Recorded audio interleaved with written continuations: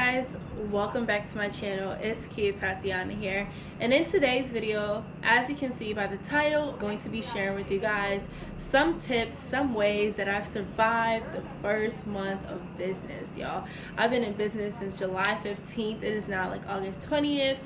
And I want to share with you guys things that I've learned in the past month, things that I've incorporated into my business before launching, things that I've researched, things that I've learned, and all that great stuff. So if you're interested in hearing what I've learned in the past month, if you're interested in launching a business, if you're interested in launching a brand, if you've already launched one and you're looking for new strategies to implement, then keep on watching. So in the first month of business thus far, I've definitely learned to be more patient with myself, be more patient with my brand and where my brand is and where it's going. So part of being patient for your brand or business is learning that each season, each day is a different thing that you've either learned, incorporated, but also that it's a process for trial and error. So right now, as my business is still a baby, I'm still learning new things that works for my business, my target audience, and things that doesn't work and things that I can take away. So being patient with the process, with how many sales I get in, how many sales I take out, what is good money and what is absolutely not essential for me. So part of that is just being patient with the process. I know that's a cliche answer, a cliche response. A lot of people say, just be patient overall, but what does even being patient look like? And it's just being patient for the days that your sales aren't where you want it to be, or being patient for the times where it's like, okay, it's a lot of work, it gets overwhelming running a business by yourself. So overall, just staying persistent in those days. So that transitions into my next thing that I've learned is being persistent. So part of being persistent is really being active in your business 100% as much as possible. Sorry for the noise in the back. I'm recording by the window and I'm in New York, so sorry. So part of being persistent is, like I said, with the patience one, is being 100% in your brand or your business, because your name is behind your business or my business per se. So being 100% in the customer service, being 100% in the quality. What I say my business is living up to par to that. So I won't give false expectations of what my products are or what my business offers. So for sure, I would definitely say to be persistent. The days aren't always going to be 100%. There's days where I get no sales. And if I'm only being driven by the money and the sales, then I'm never going to give 100% in my business. So I know for a fact how important it is to give 100% in my email list, give 100% in my branding, give 100% in my content, give 100% in the other areas where my business is lacking. So for that. And then also I would say another thing that I've learned is endurance, how to endure the trials in your business, because our business has trials and errors, and how I endure that is really just remembering who my business is submitted to, remembering what my brand represents, remembering my mission, remembering my niche, remembering my goals of my business. That's what keeps me endured. That's what keeps me motivated. That's what keeps me pushed towards that very goal.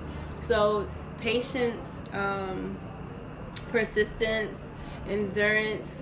Another thing that I would say that I've learned is the value that's not really spoken about so much, which is investing in your business or brand. So throughout this month, I was enrolled in 2 different courses, and I've learned so much about ads and how important ads are. I'm not really qualified or capable enough to speak about that, but I've been learning so much about ads, how to implement it in your business and brand, and I can't wait to implement those strategies that I've learned from a fellow boutique owner who has her business scaled at the level where she's she's accumulating money while she's in her sleep. So I was able to learn from someone else that way. And also I was a part of this entrepreneurship boot camp named Brand Revival, and she actually dug inside of the spiritual side of business, but also the natural side of business, and why certain people don't reach a certain level of growth because of the hindrance of their soul. So in this boot camp, we were able to take out the roots of it and ultimately plant new seeds so it can grow to the fullest potential. And this dog keep barking, messing up my video. And ultimately, I learned to appreciate each season my business is in. It's only been a month, but I've learned so much from the research that I've done, from the entrepreneurship boot camps that I was a part of, from the things that I've implemented in my business. I was able to learn more about who I'm directing my audience to, who I'm directing my business to, and how can I better serve them, not just to receive sales, but better to learn where my customers are on the buyer's journey. Are there people that just came across from Instagram, YouTube, Facebook, or they just seen an ad? Like, how these people found my business, and how can I better serve them as my target audience, and understanding that my business doesn't serve everyone. My business is never going to serve everyone, but that my business serves the women who desire to seek or desire to have to wear fashionable clothing but still conserve their bodies, still wear modest attire. So that's a few things that I've learned in the past month. Like I said, it's only been a month, so I'm still growing, I'm still learning. There's still things that I'm trial and erroring. There's things that I'm learning one day that doesn't work for my business, so I'm going to take it out and try something else. But that's all really a part of the process. And one thing that I can encourage anyone who has a business that is not where they would like it to be, or someone who's thinking about running a business and think that business is all about $1,000 a day, and yes, that is for some people as they grow through time, but also it's actually understanding, like, what's the passion behind your business. Is it something that God called you to do? Is it something that you're passionate about? Is it something that you can offer value? Is it something that you can solve a problem for?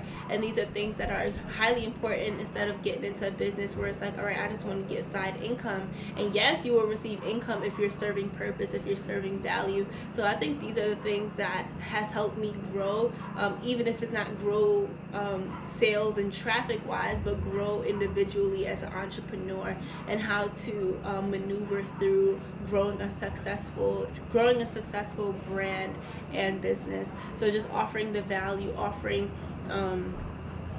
service to one another, offering service to a customer, even if it's not a service-based business. We should always be in the mission, in the job of serving our customers, because with the customer service, this is what brings people back. So these are just a few things that I've learned in the first month of launching my business. I thank you guys for watching this video. I know this was quick, this is easy. I just want to get it out of the way. And yeah, I love you guys. Thank you for tuning into another video.